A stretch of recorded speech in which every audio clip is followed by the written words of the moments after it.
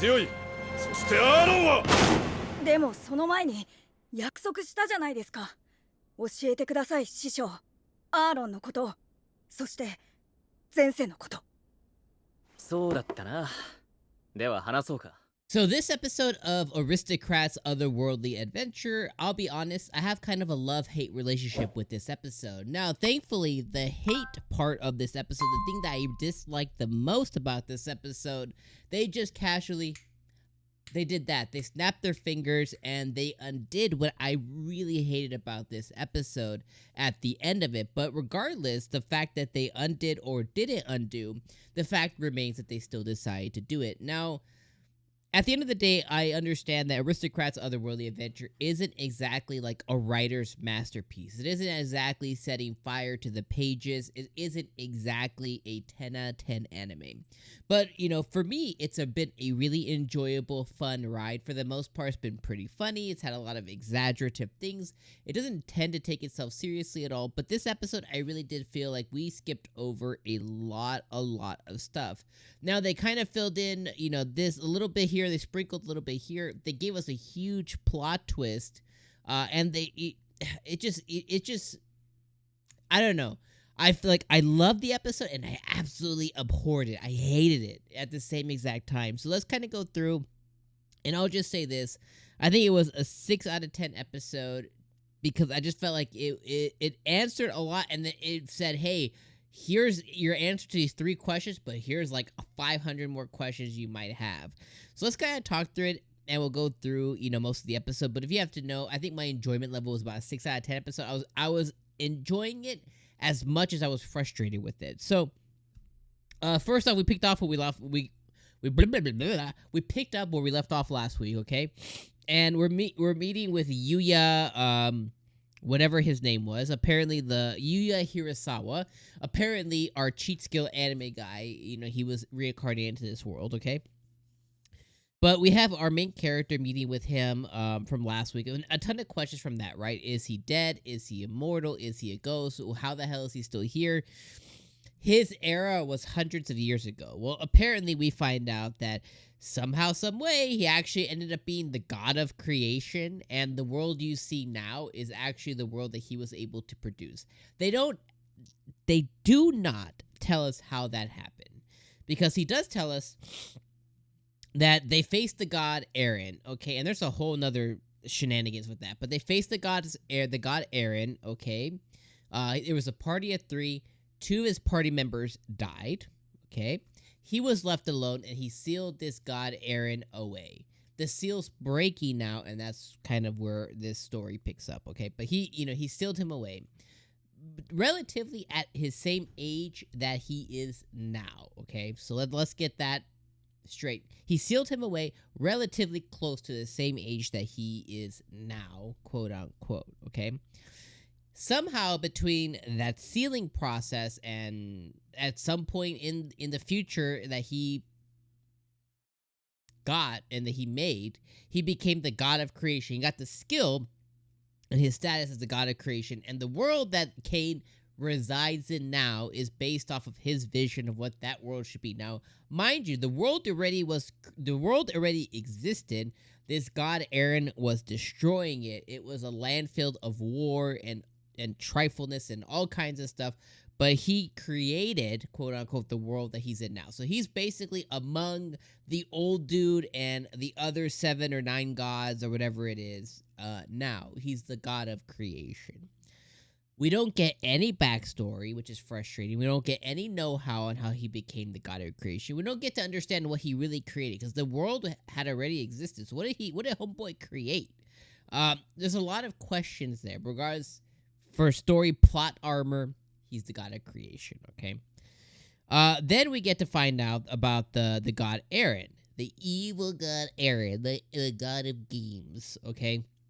Apparently, the reason that the gods up above that Cain had met with before, the reason that they're devoid of entertainment and stuff is because his god Aaron seemingly got bored of living up there with them and decided to start messing with humans, and he instigated and instilled death games.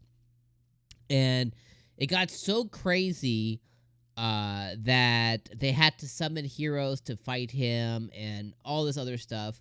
Apparently, gods aren't supposed to interfere at all in the lower world, which is why Yuya, plot armor again, can't interfere with Eren now as he is, which is why the other gods can't interfere, which makes no sense to me, because if this evil god Eren is one of them, you would believe that they should be able to interfere with one of their own, okay? I'm gonna leave you guys with that thought there. I think it's dumb, I think it's stupid, and I do not like it. If one of them decides to do something evil, they can interfere because they're not interfering with the lower world. He's interfering with the lower world. They should be able to take care of one of their own. I'm gonna leave you guys with that thought there.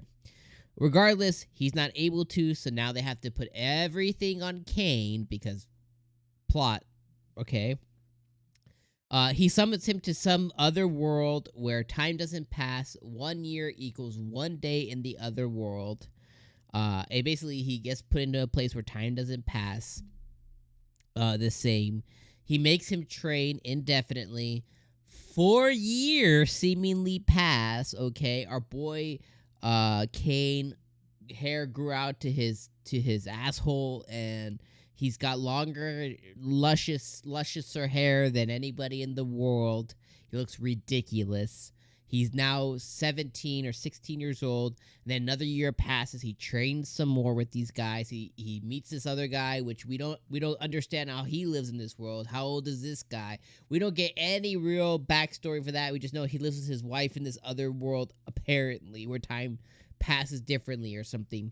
He trains another year with this guy. So now he's 17. So now I'm pissed that they just stole 5 years of this dude's life, being able to enjoy school and, you know, have magic and be with his girls and all that. They stole his life away from him. So what do? It's anime.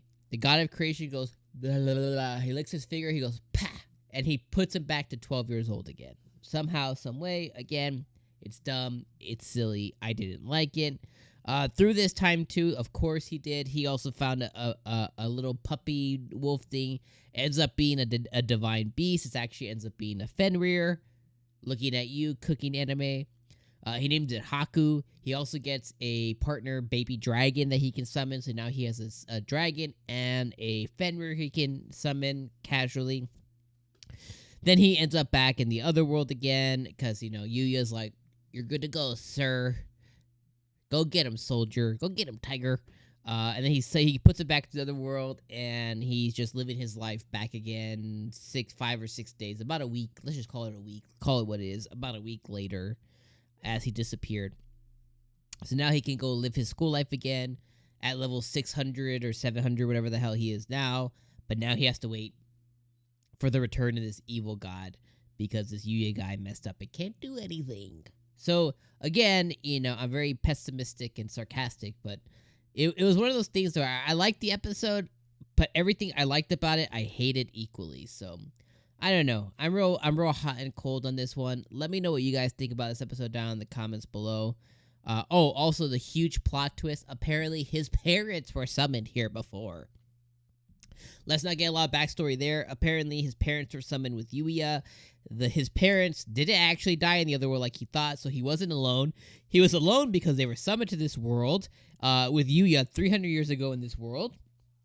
They were trying to find a way back. They instead decided to sacrifice themselves for some other lady that they didn't really give us backstory for, as well as Yuya. And they're the reasons that Yuya was able to seal away Eren. But they died in this other world, and then now, of course, they decided to summon their son, which is as effed up as you can imagine. So, yeah, big plot twist there. So let me know what you guys thought. Again, I liked it as much as I'm frustrated with it. So I don't know. I wasn't a big fan of this episode. I'm just gonna let it be what it is, but I had to get all my thoughts and grievances out there. But let me know what you guys thought of this episode down in the comments below. I appreciate you guys being here. If you have nothing to say, drop me an emoji. If you have nothing else to do, drop me a like. And I appreciate you being here. I'll see you guys next Sunday. Have a great weekend. Peace.